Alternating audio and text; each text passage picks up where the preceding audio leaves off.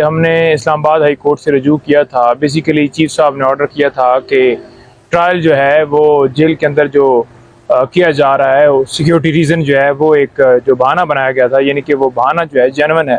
तो उस ऑर्डर को हमने चैलेंज किया था कि ये ओपन ट्रायल होना चाहिए। और ये जज साहब जैसे कि आपको पता है कि एंटी टेररिज्म कोर्ट के जो जज हैं उसी अदालत को कंस्टिट्यूट किया गया है ऑफिशियल सीक्रेट एक्ट के तहत। तो वो नोटिफिकेशन भी कलअदम करार देने के हवाले से, और हम ये इस्तदा करें कि ओपन ट्रायल किया जाए ताकि साफ़ियों की, वकला की, उनकी फैमिली की एक्सेस हो और सबके सामने हो किस तरह से साफ़ और शफाफ जो है ये ट्रायल कंक्लूड किया जा सकता है। तो उसके ऊपर पूरे ट्रायल के ऊपर जो है वो हर रोज़ सवाल उठते हैं और हर ऑर्डर जो है जो इस तरह से सीक्रेट तरीके से किया जा रहा है उसकी कोई वैल्यू नहीं है। नंबर 2, इमरान खान साहब के आज कोई 15 के करीब केसेस जो हैं वो डिस्ट्रिक्ट कोर्ट के अंदर थे। अच्छा, इल्ज़ाम क्या है जी 109 का कि इमरान खान साहब की माँ के ऊपर तोड़ फोड़ हुई, इमरान खान साहब की माँ के ऊपर ट्रैफिक ब्लॉक हुई, इमरान खान साहब की माँ के ऊपर तशद्दुद हुआ, जलाओ घराव हुआ, इस तरह की मन घड़त FIRs। और दूसरी तरफ आप देखें जो कच्चे का डाकू है वो आज आ रहा है। और देखें आप पूरी जो रियासत है वो किस तरह से पहले दिन से लेकर जब वो वहाँ से लंदन से रवाना हुआ तो किसी ने रास्ते में गिरफ्तार नहीं किया, उसका स्टेटस जो है वो इश्तियारी का था। और पूरी सहूलत कारी जो है वो देकर उसे प्रोटेक्टिव बेल यहाँ इस्लामाबाद से दी गई। उस वक्त वो UAE में बैठा था। कोई भी बंदा अटॉर्नी के ज़रिए यहाँ पर फाइल नहीं कर सकता। इस्लामाबाद हाई कोर्ट ने ये रूल बनाया हुआ है, लेकिन थ्रू अटॉर्नी वो बेल फाइल हुई। और आपने ये भी देखा कि किस तरह हाई कोर्ट से जो है अहकामात हुए और वो जो बायोमेट्रिक वाले जो लोग थे, जो अमला था, वो बाकायदा तौर पर इस्लामाबाद एयरपोर्ट के ऊपर गया है और वहाँ जाकर बायोमेट्रिक हो रही है। CCPU साहब सलूट मार रहे हैं, गाड़ियाँ प्रोटोकॉल लगे हुए हैं।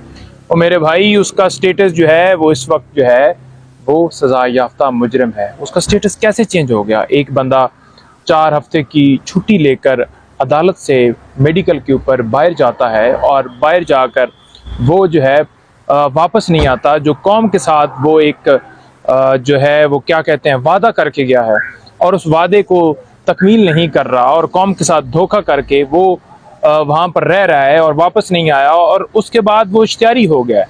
तो इश्तियारी कैसे ट्रैवल कर रहा है? वज़ीर आज़म उस वक्त शहबाज शरीफ 16 महीने रहे हैं। मैं हैरान हूँ कि वो कैसे उनसे मिलते रहे और लोग कैसे मिलते रहे। उनके ऊपर 216 के तहत क्या FIR दर्ज हुई? क्योंकि हर इश्तियारी को पनाह देने के ऊपर, उसकी सहूलतकारी करने के ऊपर FIR दर्ज होती है।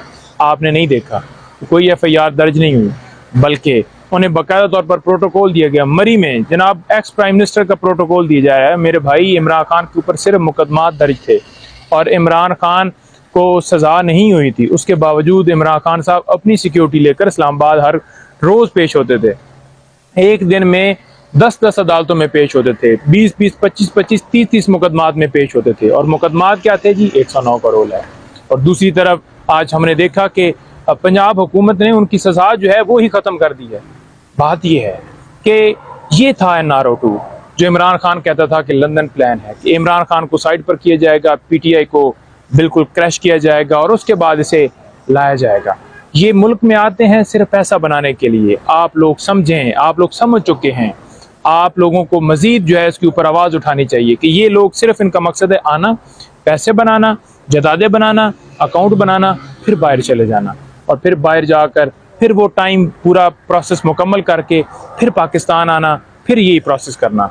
तो इनका और कोई मकसद नहीं है। क्या इनके पास मैंडेट है? आज तक ये जो मोटरवे की मिसालें देते हैं जी, ऑरेंज ब्रश, ये हमारा मैंडेट है जी, हमारा विजन है जी, ये हमारा रोड मैप है। बात ही है कि जो इन्होंने प्रोजेक्ट किए उसमें इन्होंने करप्शन की, अपने मन मर्जी के जो ठेकेदार हैं उनको ठेके दिए।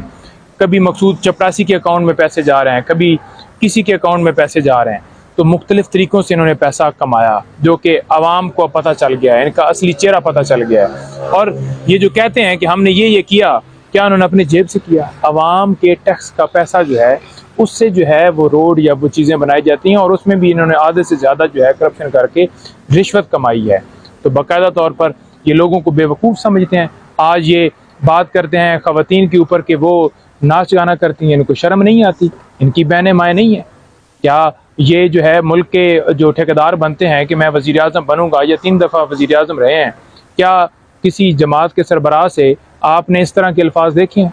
ये इनका असल किरदार है। जो ये कहते थे हमें पता चलता था कि जनाब बेनज़ीर जो है साहिबा मोहतरमा शहीद, उनकी जो है वो हेलीकॉप्टर से ये तस्वीरें फेंकी गई। आज वो हकीकत नज़र आ रही है कि इनके ज़हन किस तरह से गंदे हैं, क्या माइंड है। और लोगों को कहते हैं जनाब कि आप कैमरे ऑन करें ताकि जो है वो पता चले कि कितने लोग जो हैं वो मरियम कहती है, लेकिन कोई उठाता नहीं है क्योंकि ये किराए के लोग लाए थे। किसी का विजन के साथ तो कोई भी नहीं था, किसी को पैसे दिए गए थे, किसी को मोटरसाइकिल का लालच था, मजदूर लोगों को भूखा कर दिया है, उनके पास 2 टाइम की खाने के पैसे नहीं है।